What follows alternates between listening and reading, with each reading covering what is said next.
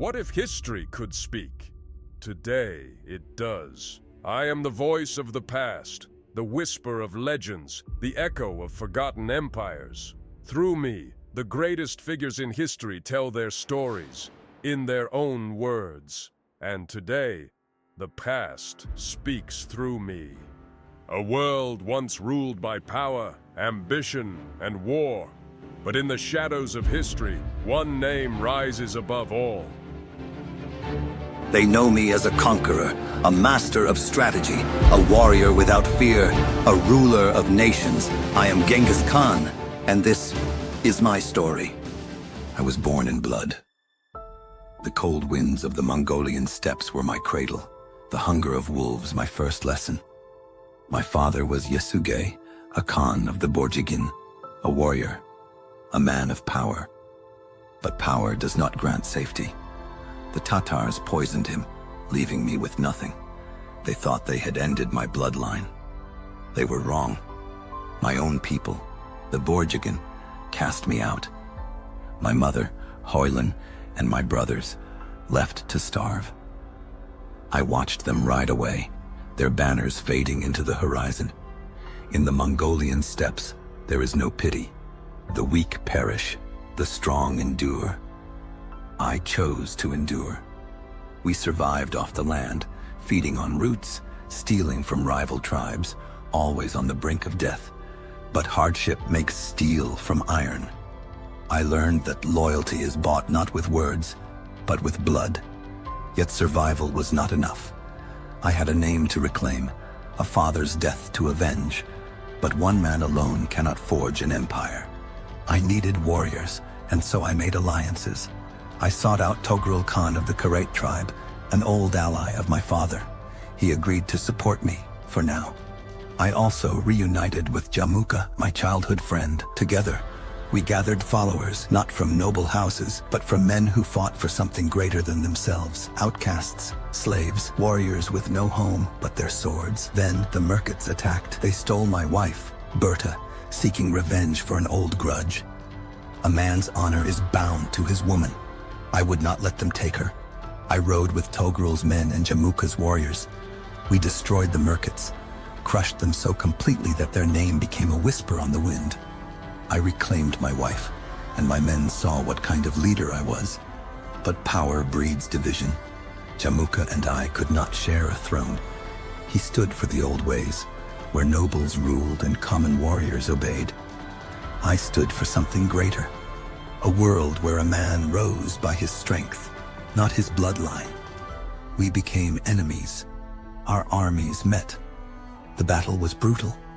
The ground turned red with Mongol blood. I was outnumbered, and my forces shattered beneath the weight of his cavalry. Those who survived were taken prisoner. Jamuka had them boiled alive, a warning to all who would challenge him. But a warrior's fate is not written by one defeat. I did not fall. I disappeared into the steppes, gathered more men, built a stronger army. This time, I would not just fight, I would annihilate. When we clashed again, I broke him. He fled, his armies scattered like dust. I offered him life, a place at my side. He refused. So, I granted him death. With his fall, nothing stood in my way. The Mongol tribes knelt before me, their banners now mine. In 1206, I was declared Genghis Khan, the universal ruler. The Mongols were now one. It is not sufficient that I succeed. All others must fail. But the world was still mine to take.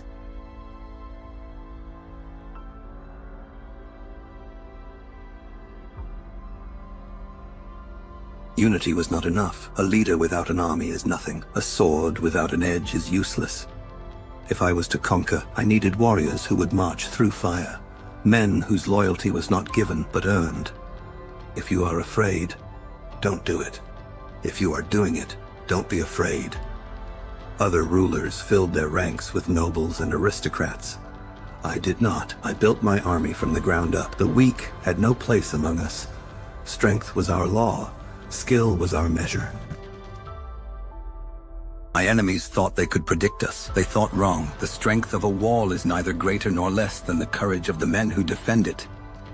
The feigned retreat, our most feared strategy. We would attack, then fall back, drawing our enemies into the open. Their forces, believing they had won, would chase us. Then, from the hills, from the shadows, we would strike. 1,000 arrows blackened the sky, and their armies would be wiped from history. A man's greatest joy is to crush his enemies, to drive them before him, and to hear the lamentations of their women. We moved faster than any army in history, 100 miles a day, over mountains, through deserts. No fortress could stand against us. If walls rose against us, we learned to break them. The Chinese taught us siege warfare. We made it our own. The conquest of the world. China fell before me. The Persian Empire burned.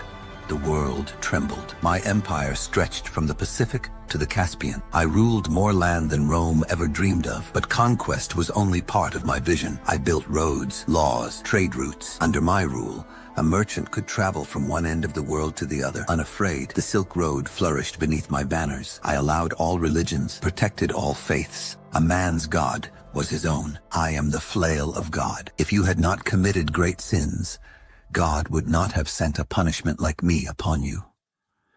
I was not just a conqueror. I was a creator. My legacy. I was born a fugitive. I became a conqueror. I forged the largest empire the world has ever known. My name still echoes through history. But history does not remember men for conquest alone. What I built was greater than war. I established trade routes that connected the world, allowing merchants to travel safely across my empire. I enforced religious tolerance, allowing men to worship as they pleased. I created the first international postal system, ensuring messages traveled across thousands of miles in days instead of weeks. Conquering the world on horseback is easy. It is dismounting and governing that is hard. I demanded loyalty, but I rewarded it tenfold.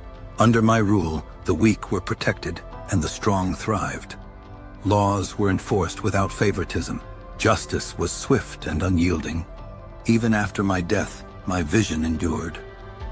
My sons carried my empire forward, expanding its reach. At its height, the Mongol Empire ruled over more land than any other in human history.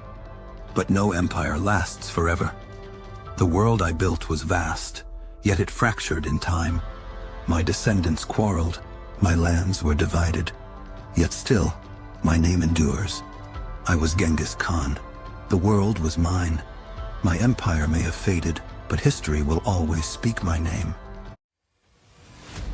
History is more than stories. It is the blood, the triumph, the truth of those who came before. Will you listen? Subscribe to The Past Speaks